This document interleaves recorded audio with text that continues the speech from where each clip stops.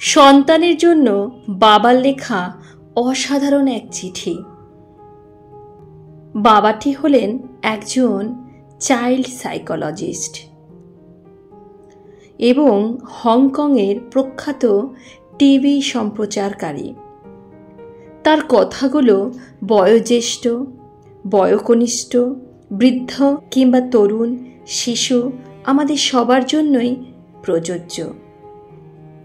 চলুন চিঠিটি আপনাদের পড়ে শোনাই। প্রিয় সন্তান, আমি তোমাকে 3টি কারণে এই চিঠিটি লিখছি।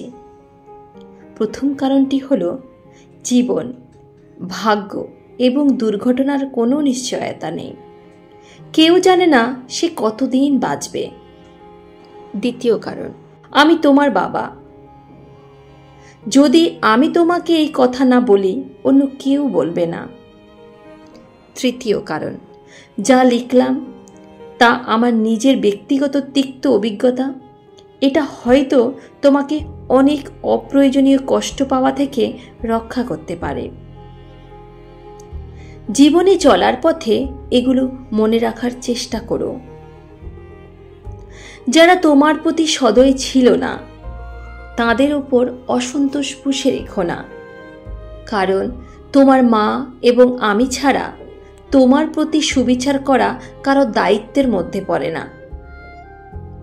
আর যারা তোমার সাথে ভালো ব্যবহার করেছে, তোমার উচিত সেটার সঠিক মূল্যায়ন করা এবং কৃতজ্ঞ থাকা।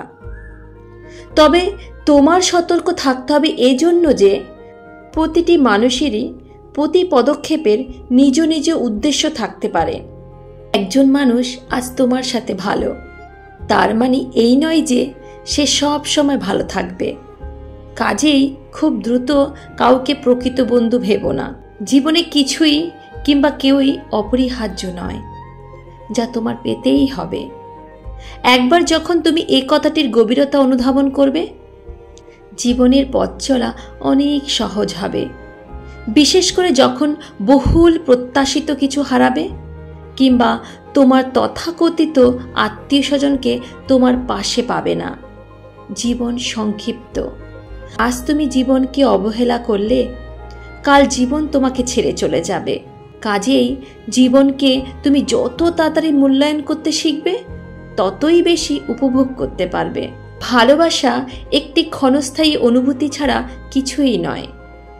মানুষের মেজাজ আর সময়ের সাথে সাথে এই অনুভূতি বিবর্ণ হবে। যদি তোমার তথাকথিত কাছের মানুষ তোমাকে ছেড়ে চলে যায়, ধৈর্য ধরো। সময় তোমার সব ব্যথা বিষণ্ণতাকে ধুয়ে মুছে দেবে। কখনো প্রেম ভালোবাসার মিষ্টতা এবং সৌন্দর্যকে নিয়ে বাড়াবাড়ি করবে না। আবার ভালোবাসা হারিয়ে বিষণ্ণতায় অতিরঞ্জিতও হবে না। অনেক সফল লোক আছেন যাদের হয়তো উচ্চশিক্ষা ছিল না। এর অর্থ এই নয় যে তুমিও কঠোর পরিশ্রম বা শিক্ষা লাভ ছাড়াই সফল হতে পারবে। তুমি যতটুকু জ্ঞান অর্জন করো না কেন, তাই হলো তোমার জীবনের অস্ত্র। কেউ ছেঁড়া কাঁথা থেকে লাখ টাকার অধিকারী হতেই পারে, তবে এই জন্য তাকে অবশ্যই পরিশ্রম করতে হবে। আমি আশা করি না যে আমার বার্ধক্যে তুমি আমাকে আর্থিক সহায়তা দেবে। আবার আমিও তোমার সারা জীবন ধরে তোমাকে অর্থ সহায়তা দিয়ে যাব না।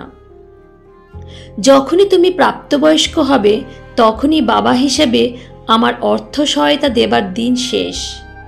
তারপর তোমাকেই সিদ্ধান্ত নিতে হবে তুমি কি পাবলিক পরিবহনে যাতায়াত করবে নাকি নিজস্ব লিমুজিন হাঁকাবে, গরিব থাকবে নাকি ধনী হবে।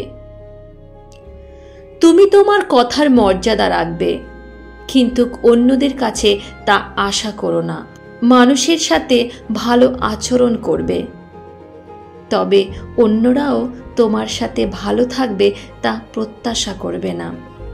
যদি তুমি এটি না বুঝতে পারো, তবে শুধু অপ্রয়োজনীয় যন্ত্রণাই পাবে।